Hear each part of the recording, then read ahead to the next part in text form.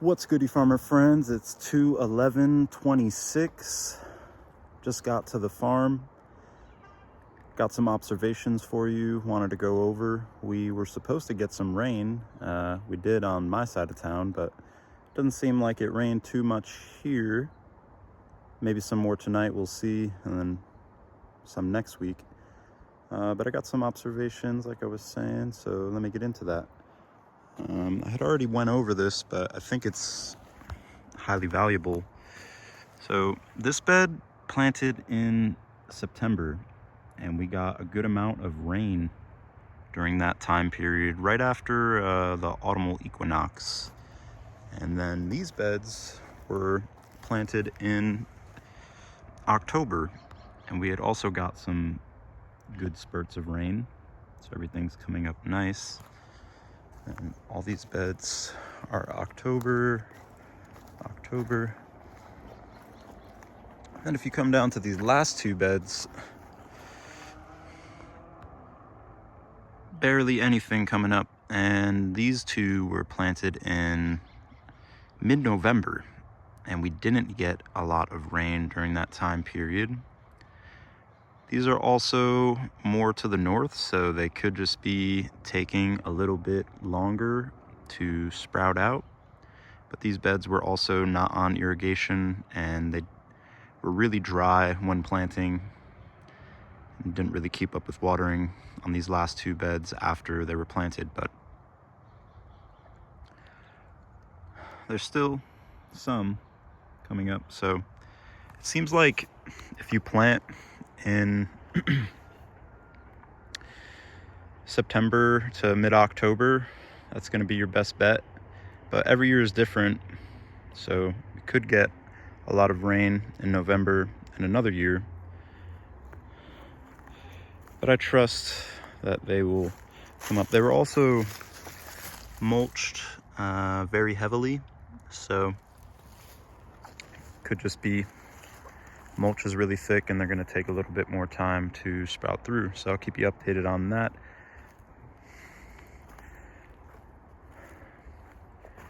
All beds will finish at the same time though, regardless of what time you planted them. That's also variety dependent. Some harvest earlier, some harvest later.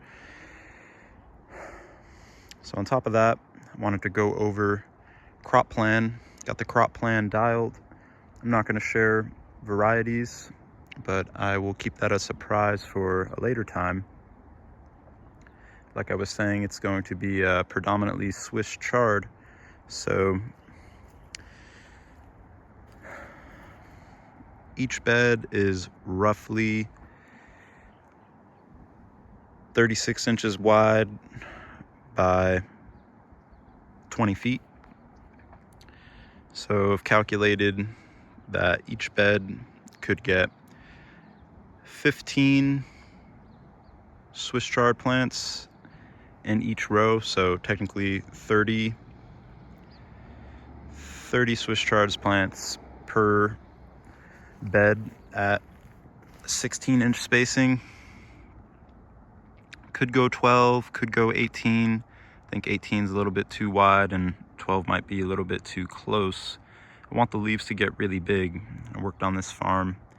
They would space them at 18 inches, but they also had a decade of spreading their own cow and sheep manure on the beds, so packed up fertility there. And we got some packed up fertility here, but it's going to take a little bit longer for it to break down and get those nutrients in there. So the vision, row of Swiss chard on the end, row of Swiss chard on the other end, and then straight down the middle with another, so 15 Swiss chard, 15 Swiss chard, and then straight down the middle with 30 parsley plants.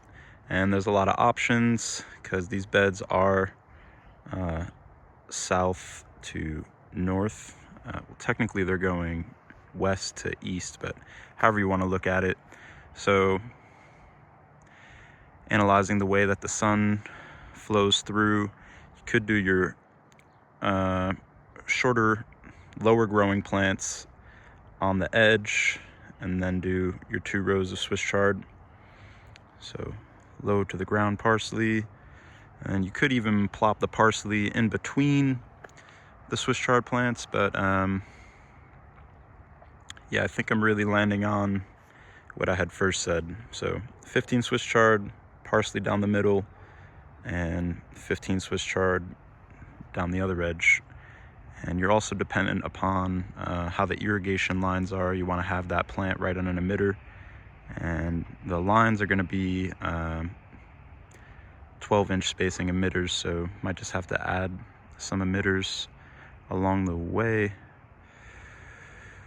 So each bed is going to look like that, and then that would call for an average of 330 Swiss chard plants and then 330 parsley plants. So you're gonna have loss along the way. You might need more, you might need less. So I am just going to start 400 Swiss chard plants and 400 parsley plants. Like I said, I want to keep the varieties a surprise, so stay tuned for that. And now you can see why I'm just dialing in on 2 crops. There's a few other experimental kales that I want to do in there, but I got to stay focused. So with 330, let's just call it 400, with 400 Swiss chard plants and then 400 parsley plants, in a perfect world, everything looks better on paper, but the goal is to provide 125 bunches, 10 leaves per bunch of Swiss chard a week. Maybe do some shade cloth in the beginning, and definitely by August put the agribon cover up with the hoops, because that's going to speed up growth going into the fall, and they'll also benefit from that shade then. And more stable temperatures at night continue the steady growth. Once the days start to get shorter and we get those colder August nights, I know hot August nights, but that wasn't the pattern last season. Could be different this season. Who knows? Every year is different, but you're just learning along the whole way, applying what you've learned, and then adapting accordingly. Garlic comes out in the 3rd week of June. Garlic scapes harvest about the 3rd week of May. So starting the parsley in about mid-March, and then starting the Swiss chard in about later April. Garlic will come out in the 3rd week of June, have all the transplants ready to go into the ground, right into the holes that the garlic were in. There will be very little amount of time that there was nothing growing in the soil, and that's ideal. So the 400 Swiss chard and the 400 parsley, like I was saying, that would give me the 125 bunches a week, and then it's estimated at like 23 or 27 pounds of parsley a week, harvesting every week, and keep that flow going all the way up until the end of the season. We'll keep it going as long as we can, but I have it projected to go up until Thanksgiving. I'm going to outgrow this space this year. It's going to be at 200 pounds of garlic, and I just planted 100 in here this past season. So in Vermont it was a 4-to-1 ratio. About out here it's more like a 2-to-1. So that's my estimations, that's my expectations. Like I said, everything looks better on paper, but it would be the trying to coordinate still harvesting all the Swiss chard and parsley on a weekly basis, and then in sometime between late September and October finding another place to plant all this garlic. And wouldn't be the first time that I've done that, managing 2 plots at the same time. That's where things get a little bit hectic. But ideally, the next plot, I can be there for 3 to 5 years and won't have to move. So that is where we're at. I won't give estimations on gross for income. Don't really want to jinx myself, but I have my projections and I have my goals. So with all that being said, stay tuned. It's going to be a great, amazing season. Lots more learning, and who knows what else might get thrown in there. Kale tends to get aphids, so I'm trying to find the most aphid / disease resistant kales. It seems like the dazzling blue lacinato is a good choice. The lacinatos seem to do a lot better than the curly kales, and I think that has to do with airflow. Yeah, so that is where we are at. And then not to mention there's all these Osage oranges that could potentially be spread and grow a few more trees. And that first row is jam-packed with pears, apples, and peaches. So there's a whole bunch more tree potential there. And we'll adjust accordingly and continue to adapt. But I'm getting hyped. So thank you for your support. It's going to be a great, amazing, big year. This is the big one.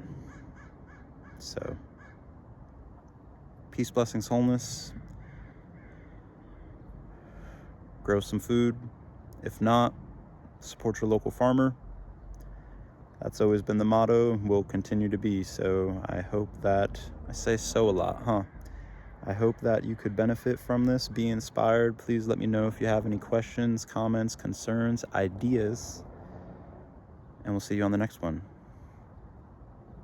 Peace.